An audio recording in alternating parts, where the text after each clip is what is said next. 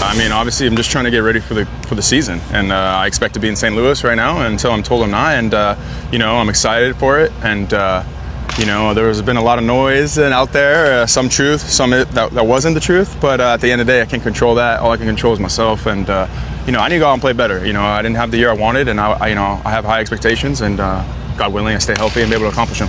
I read where you took all that noise and you just applied it to your off-season work. I understand you did a little Muay Thai. Yeah. Tell us about that and how you think that applies to baseball. Yeah, you know, I think, you know, sometimes when you're in the gym, it gets a little old, you know, doing the same thing over and over. And sometimes Muay Thai kind of brings out something different in you. Endurance, quick twitch, try to get that back and just maintain that. You know, as you get older, that's the thing you kind of lose.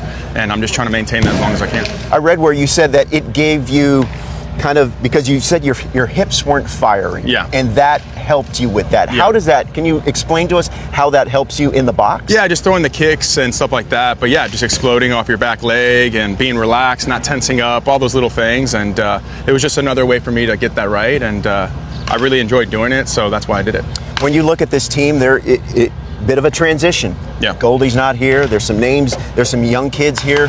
When you look at the group, what do you see? Yeah, I mean, I see a lot of young guys, but I see a lot of young guys that have a chance to do something great. And, you know, we have some talented players here that we need to take the next step. And the expectation is for them to do that. So, you know, and including myself, we got to go out and play better, all of us. And hopefully good things happen. You never know. Baseball is crazy. You know, we got Sonny leading the charge, too. So it's always nice to have an ace like that. And then you never know what can happen. Lastly, the division as a whole, it seems wide open.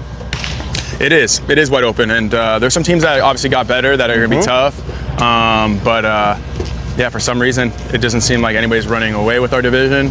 I would assume the Brewers will be there. That's how, you know, like they always are, and you know, hopefully we're right there with them. Well, best of luck to you. We appreciate the time. Dodgers fans, buckle up. The Nolan Aronado trade rumors are heating up again, and the Dodgers might be back in the race, with the Cardinals reportedly willing to eat part of his $64 million contract. The market for the Gold Glove third baseman just got interesting. What does this mean for the Dodgers? Could we see a blockbuster move soon? Stick around because we're breaking it all down. And hey, if you love the Dodgers, hit that like button, subscribe, and turn on notifications so you never miss an update. The St. Louis Cardinals made it clear this offseason that they're open to trading Aronado. But moving a contract of that size is tricky. Initially, teams like the Yankees and Red Sox showed interest but later backed off. And now, reports suggest that the Dodgers have re-entered the conversation. Could this actually happen? What changed? According to John Denton of MLB.com, earlier trade talks stalled because the Cardinals weren't willing to cover more than $20 million of Aronado's remaining contract. But after failing to make progress elsewhere, they reopened talks with the Yankees, Red Sox, and Dodgers. The big question now, how much are the Dodgers willing to give up for Aronado? And is it even worth it?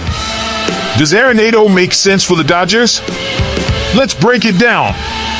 Aronado, despite being 33, remains one of the best defensive third basemen in baseball. 10 straight Gold Gloves, a consistent power bat, and a proven veteran presence. He's hit 341 career home runs, averaging around 25 to 28 per year. Compare that to Max Muncy, who consistently hits 35 homers annually. However, Aronado batted .273 last season, 50 points higher than Muncy's .223.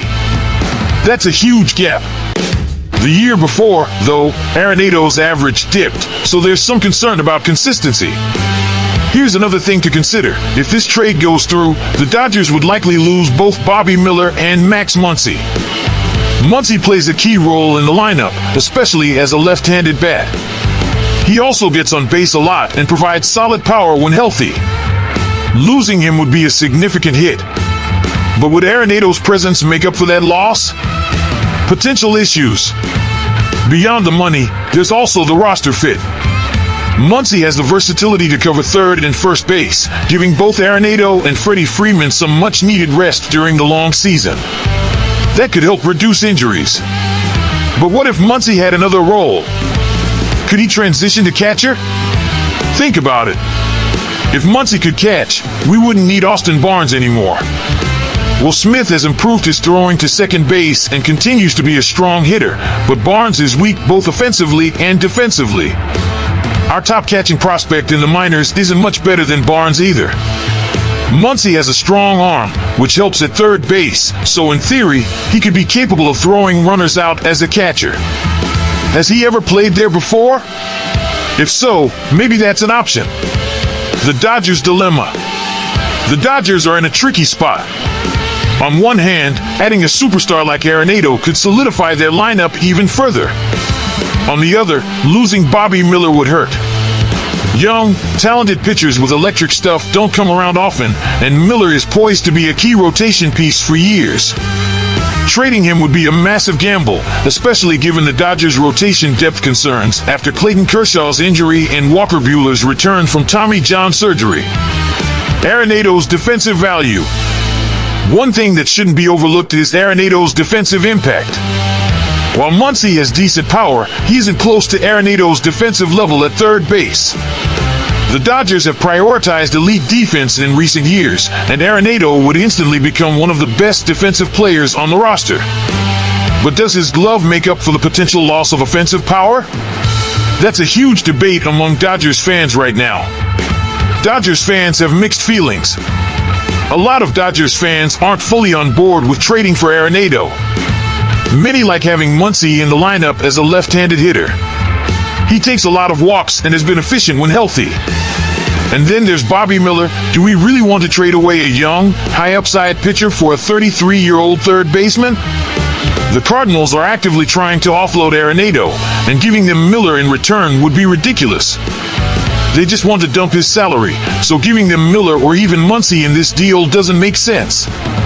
Instead of trading key pieces, maybe the Dodgers should consider a deal centered around financial compensation, draft picks, or players with declining roles, like James Outman, Chris Taylor, or Andy Pages. That way, we get Aronado without giving up core pieces. Possible trade scenarios.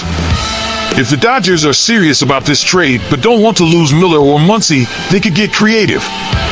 One option would be to involve a third team in the deal, possibly sending prospects or depth players elsewhere to balance the trade. Another possibility is waiting until the trade deadline, where the Cardinals might be even more desperate to move Aronado if their season isn't going well. What's the best path forward? There's another factor to consider: the Dodgers' flexibility in 2026 and beyond. If they take on Aronado's contract, it might limit their ability to pursue other star players in free agency, like Juan Soto or even a Shohei Ohtani extension. Is Aronado worth that risk? Or should the Dodgers stay patient and wait for a mid-season trade deadline move where they can address more pressing needs? Closing. So, what do you think? Should the Dodgers go all in for Aronado, or is this a bad idea? Would you rather keep Muncy and Miller, or is there a way to make this trade work without giving up too much? Drop your thoughts in the comments. And if you enjoyed this breakdown, don't forget to like, subscribe, and share with fellow Dodgers fans. Let's keep the conversation going. Go Dodgers!